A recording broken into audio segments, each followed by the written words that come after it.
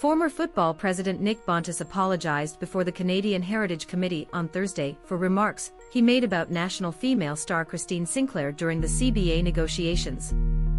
While Sinclair had previously appeared before Canadian Heritage Committee, Sinclair said during CBA deliberations she was in charge summarizing our claim on behalf of women's national team.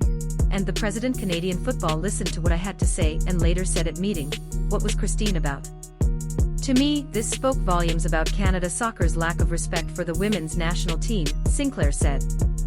Bontis referred to Sinclair's testimony as part of the third-round inquiry by the Canadian Heritage Committee, made up different members' parliament.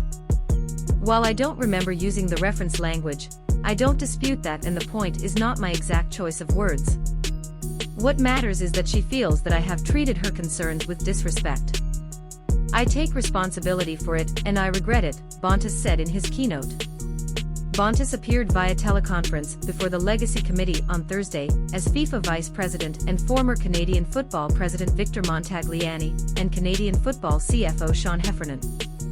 The three men are questioned about soccer's contentious Canadian soccer business deal, pay equality between Canada's men's-women's national teams, and Canada Soccer's knowledge of Bob Birarda, the former Vancouver Whitecaps women's soccer coach, who was sentenced to 2 years in prison. Asked sexual assault, Bontis stubbornly denied that he personally gained anything from the CSB deal.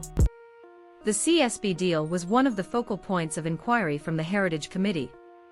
Montagliani added, "When we were president of Canadian football, it was clear that we needed to take a different path and look for new business partners to encourage not only investment but also ambition. It was the usual suspects to find new, more dynamic partners with an appetite and willingness to build domestic football over the long term. It meant looking beyond." Heffernan noted that CSB deal has some shortcomings, including duration of deal, CSB's unilateral extension option, and Canadian football's limited ability to share a positive revenue. To address these issues and build a healthier financial future for football in our country, Canada Soccer is developing a revenue-driven operating plan and is in talks to change the CSB agreement, Heffernan said.